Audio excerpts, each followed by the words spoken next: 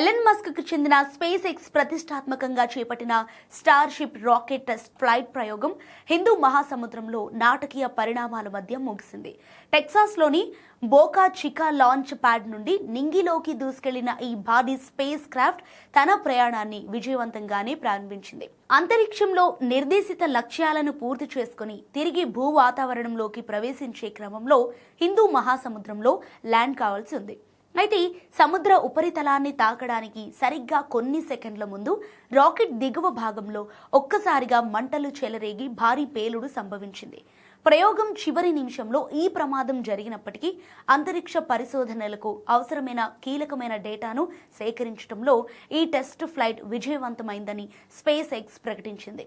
ఫ్యూచర్లో చంద్రుడు, అంగారక గ్రహాలపైకి మనుషులను పంపేందుకు రూపొందిస్తున్న ఈ భారీ రాకెట్ ప్రయోగంలో ఎదురైన ఈ లోపాలను సరిదిద్ది త్వరలోనే తదుపరి ప్రయోగాన్ని చేపడతామని ఎలన్ మస్క్ ధీమా వ్యక్తం చేశారు.